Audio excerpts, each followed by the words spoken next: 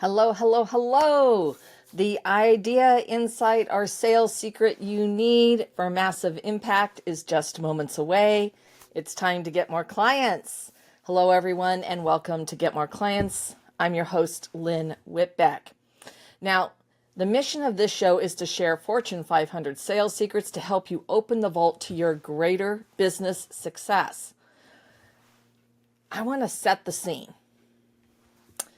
Here we are with a big order that has to get out for our number one client. And this is such a critical project, and it absolutely has to ship today. Darlene, the quality control manager, is carefully inspecting the packaging to ensure everything is perfect. We're ahead of schedule, and it seems like the stars have aligned. The packaging happens to include a metal film case, printed materials, and film strips that have been provided by the client. As Darlene meticulously checks everything, the light coming in from the shipping bay catches her attention. It's shining through the clear plastic and onto the film strips. And she thinks, well, that's curious. There's something in that film strip. And she picks it up and she takes that film strip and she holds it right up to the light. And oh my, she explained. She's like, oh my gosh, she almost falls off her stool. What she's looking at is not suitable for a business. Okay? In fact, it's the kind of content that you'd expect from a low life, sleazy, cringeworthy. We're talking about those websites nobody wants to go to. Not something you want your business name associated with. Now, Darlene is horrified. And this is not what she knows that our client, who is a very integrity-driven company, that they would ever want to distribute. So she grabs some more film strips. She's going through them. And they're all just awful. And she's going like, oh my gosh, we've got things sitting they're ready to get picked up. And she literally gets and moves that so that they cannot be picked up, just in case, right? Like they cannot be picked up by UPS. This would be an unmitigated disaster. And she's almost shaking. And she grabs the phone and she calls the salesperson. It's me. You've got to get down here to quality control right now, she says urgently. And I'm going to tell you, I did. I dropped everything and I rushed down to the QC department. And when I arrived, Darlene shows me the film strips. I'm not sure, but I think my jaw actually hit the cement floor of the quality control department. And I'm going like, are all of them like this? And it's like, okay, team huddle. We got to get everybody in here. Get the production manager. Everybody here that we're the packaging. And we're going to we start looking at things. And it's like, there's no way we can get what we have planned to ship today. Thank goodness they're already sequestered. They're already removed. They're not going to get picked up. And we're going through these packages. We're opening them up. And it's like, we're going to have to salvage this situation. We have to be able to start shipping today. And that was the thing that first hit my mind, start shipping. And I went, okay, we're going all over the country. We're going UPS. It takes a lot longer to get all the way to New York City than it does to get to Denver. We're in Seattle. So I get into my car and I'm taking these film strips and I am driving directly to the client because they've got to see it. It's not really something I can discuss on the phone. I call to let them know that I'm on my way. And I'm also hands-free talking to the office to coordinate everything. Like, what are we doing? Everything that's already boxed, get it off, open up the boxes, go through the film strips. As we keep finding them, there are some film strips that are like okay, like they could be used, like nobody's gonna, if they did happen to look at them, they're not, we can clip them. We can literally cut them with scissors to get little pieces that are okay. So we're doing that frantically so we can start getting things shipped. We're going through the shipping list. What's the furthest destination? What's going to take 7 or 8 days? I mean, like going to Maine or going all the way down to the Florida Keys. So let's get that going so we can keep moving forward. I get to the client's location and I show them what we've seen and what we've caught. And by the time I drive up, we have the full plan. We know exactly what we're doing. We've already been pulling all those boxes open. We're going through the film strips. We've got one crew doing film strips, finding little bits that will work so that we can pull out the bad film strips. I mean, because we're not even checking them. We're just pulling them out and we're dropping in the film strips into that film canister that are acceptable. Then we're repackaging it, resealing it, and labeling it for the destinations that are the furthest away. And we're doing this piece by piece, box by box. And we've brought in some other people from other departments so that we can get as many of these out today as possible. Because this is their biggest event that they have, that they invite their clients to every year. Oh, so we've got a plan. I lay out the plan. And the client is, first of all, they are horrified about these film strips, but they are so grateful that we caught it and that we've already figured out a plan and we're already executing on it and solving the problem. So the moral of this story is that problems do happen, even crazy ones like this. It's not about avoiding problems because they're going to happen, but it's about how you respond, how you showcase your ability to adapt, communicate, and deliver solutions under pressure. That builds a greater client loyalty and creates the opportunity for even more business and referrals because it's about the relationship and the trust with your client. Now, today I am going to be talking about this story, how to focus on valuable lessons learned when client mistakes happen.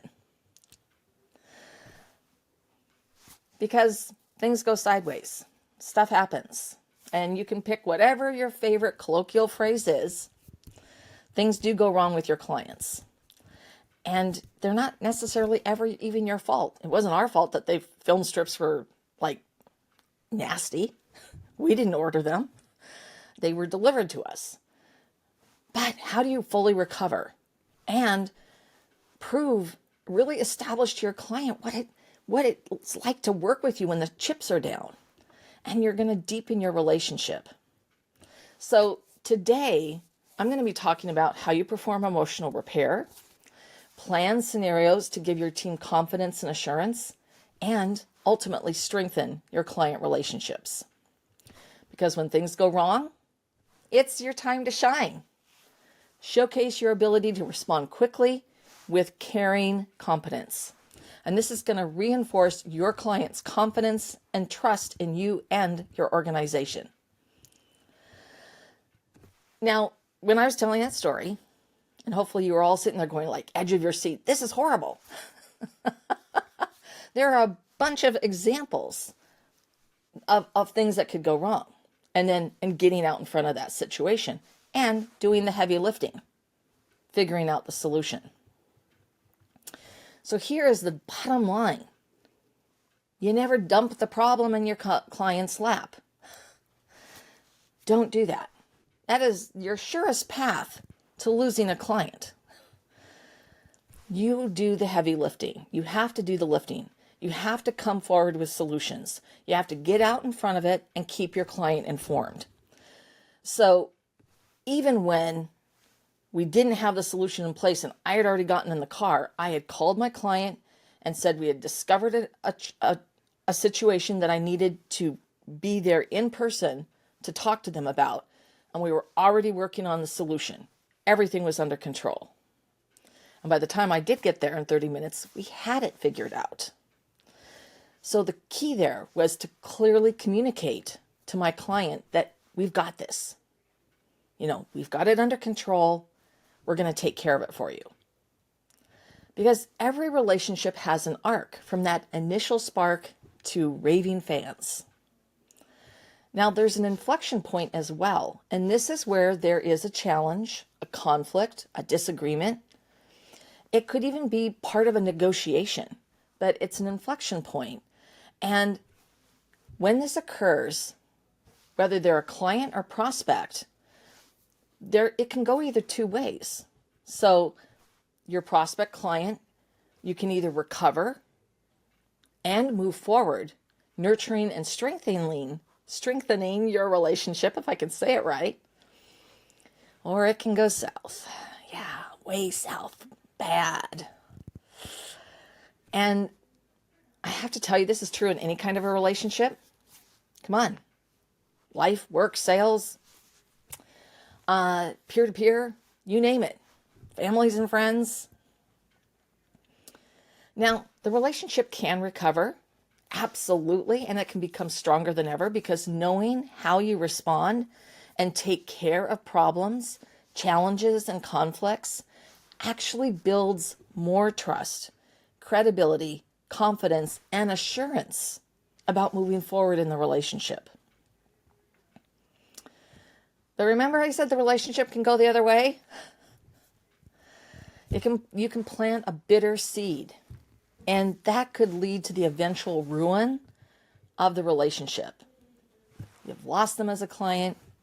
You'll never receive additional business from them, an introduction, or referrals. And I really want to reinforce how important this is. It's because every relationship, no matter how strong, is going to go through a rough patch. It's what happens. I personally call those moments of truth. And this is where you're able to perform emotional repair with your client. Now, even in this situation with the film strips, the client, and they're looking at these and they're so horrified, you've got to let the client talk. They were really upset. That these film strips had been delivered that looked like this really nasty stuff. And now they were thrilled that we caught it. Don't get me wrong.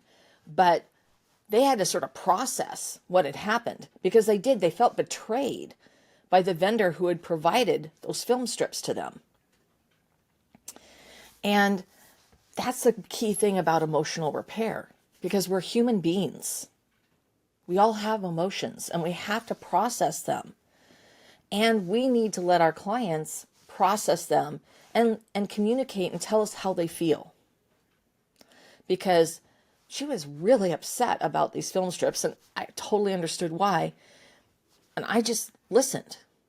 I didn't throw anything on the fire like, oh yeah, that was a horrible vendor. I just let her talk through it because I wanted her to know that I was listening and I heard her so that she could process what she was going through.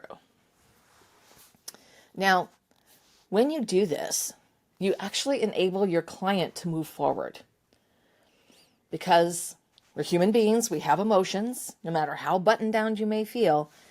This emotional repair is vital to the long-term health of your relationship. And only your client can tell you what they felt or what they're feeling. And helping them give voice to what they are feeling or what they have felt shows how much you value the relationship. And you're always, always concerned about making it right. However, you must perform emotional repair for the client to transition through that inflection point and then continue to forge a stronger and better relationship. Another cute, big point, not cute, but, high quality point is that when a client complains, your first step is to acknowledge that the complaint is the client's way to help us do better. Okay? It really is an opportunity when they complain. Okay? Because it means that not everything is right. Not everything's okay. And it's important that you stop and listen, because you want to hear what they're saying.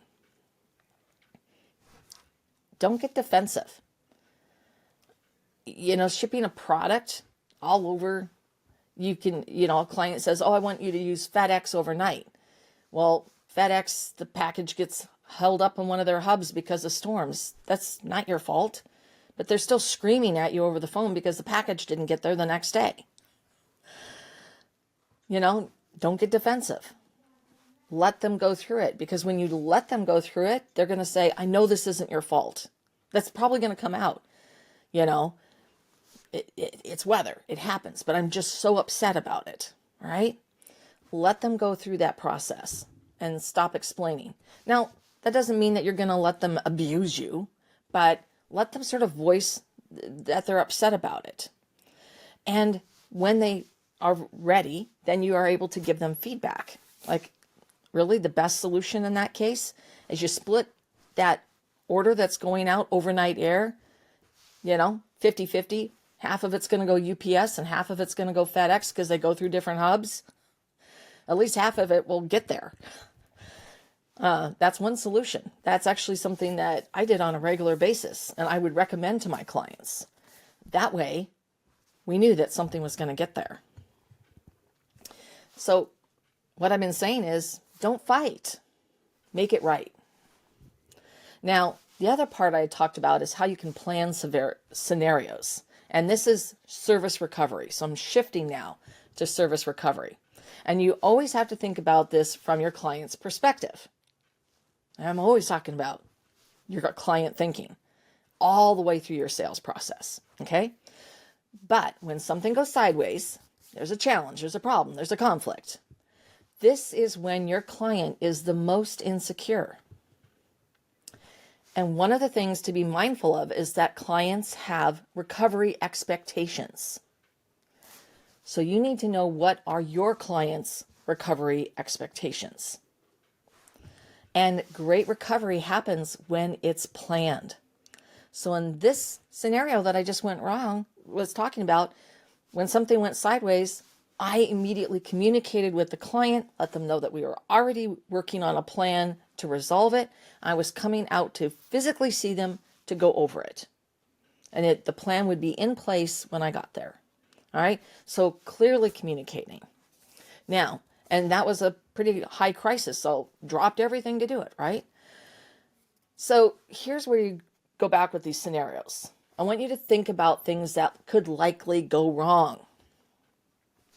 And likely is being that key component. Okay?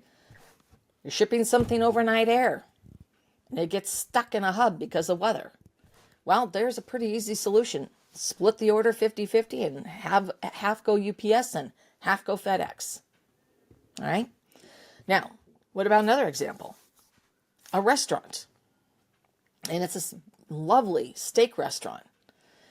Now, they could first of all be proactive on their menu and clearly state in the menu, and not in 4-point type either that only a Barbie doll could read, but like type that a normal human being can read. Exactly what they mean by rare, medium rare, right? Medium, and so on. Because if they do that, first of all, they've already got it right there. And that can also be explained when the wait person comes up and is taking the steak order. Because different restaurants might think of rare a little bit differently than somebody else. I don't know. And then when they do that, first of all, they've now clearly communicated and sort of set expectations. If you order your steak rare, it's barely going to be seared. Or what does it mean? If it's well done, it's going to be like a piece of leather. They might say it differently. But now when people place their order, they already have that expectation of what they're going to be getting. Now, at the same time, whenever you're preparing food, once again, something can go a little bit off in the kitchen, right? So not only have they trained their staff on, how do you want your steak, and this is how we prepare them. This is how that would be prepared. If you want rare, is that how you want it prepared? Or would you prefer medium rare, which is this way, right? But now, the steak wasn't prepared to the patron's expectations. Once again, don't argue. Don't argue with them. Well, I told you should have ordered it medium rare, not rare. Don't do that. Listen, and you're going to make it right. So you can do a number of things. And so you've trained your staff. You could say, listen, how about we take the plate? I'm going to get another plate. We're going to remove the steak so that you still have your baked potato and your vegetable and whatever else might be on that plate. And in the meantime, while we put this back on the Barbie, would you like a cup of soup or an extra side salad? Now, in some cases, you can put it back on the grill or back in the kitchen. In some cases, you have to remake the steak. Whatever you do, don't put it in the microwave, okay? Don't ruin the steak, please. So, but the restaurant has already trained their staff on what to do and how to make it right and to make sure that the guest feels valued. And when you plan and train on situations that are likely to arise, FedEx, a steak, whatever it happens to be, your team has a plan and they're trained. So they know how to handle the situation and they can do that with confidence and care if and when it happens. And this truly sets you up to ensure a full recovery for your client relationship. Now, that last point, all of what I've been talking about has been to strengthen your client relationships. And when you nurture your client relationships, you truly provide consistency and comfort, ease. They're going to come back because an empowered client feels secure, in control, and confident. The client might think, I can trust these people, even when something goes wrong. Your clients become devoted when you manage their experience and they see you putting your energy, passion, and excitement into the relationship. So as I wrap up today, here's the reality. No matter how much you plan, sometimes things go spectacularly sideways. And, it's frustrating. It's inconvenient. It could even be a little messy. But it's also a chance to show what you're made of. So today we dove into the inevitable moments when mistakes happen in your work with clients. Whether it's an oversight, a miscommunication, or something wildly unexpected. Questionable film strips. Yes. These situations test your ability to stay composed, think on your feet, and most importantly, fix the issue with grace and efficiency. The sales lesson today is very simple but vital. When things go wrong, that's when you get to shine. And how you respond speaks volumes. By jumping in with quick actions, solutions, and genuine care, and letting your client tell you how they're feeling. You not only resolve the problem, but you reinforce trust and confidence in your client relationships. Because it's not just about putting out fires. And it's about showing your clients they can count on you. Even when the chips are down and the film strips are just not okay. Mistakes are opportunities in disguise, and if you handle them well, you come out stronger on the other side. Because at the end of the day, success in sales and life isn't about perfection. It's about turning challenges into wins, one remarkable recovery at a time. So thank you so much for joining me today. I would love to hear what was your biggest takeaway. And if you love the show and you love being here, please leave me a 5-star review. We always appreciate that. And if you'd like to get more sales strategies to grow your business, you can go ahead and subscribe, follow me, like it, all the above, and we will always provide you with the next key step in your sales process. So today, as we talked how to focus on valuable lessons learned when client mistakes happen, and as always, the key is for you to implement these tips and stop wasting your time, energy, and resources. Finally, I want to offer and invite you, if you want to get results even faster, to download my sales strategy checklist at petite2queen.com/checklist. Find out maybe there's some holes in your sales process that you could be plugging up. So this has been Lynn Whitbeck, the host of Get More Clients, and I'm so glad you joined me here today. I will see you next time.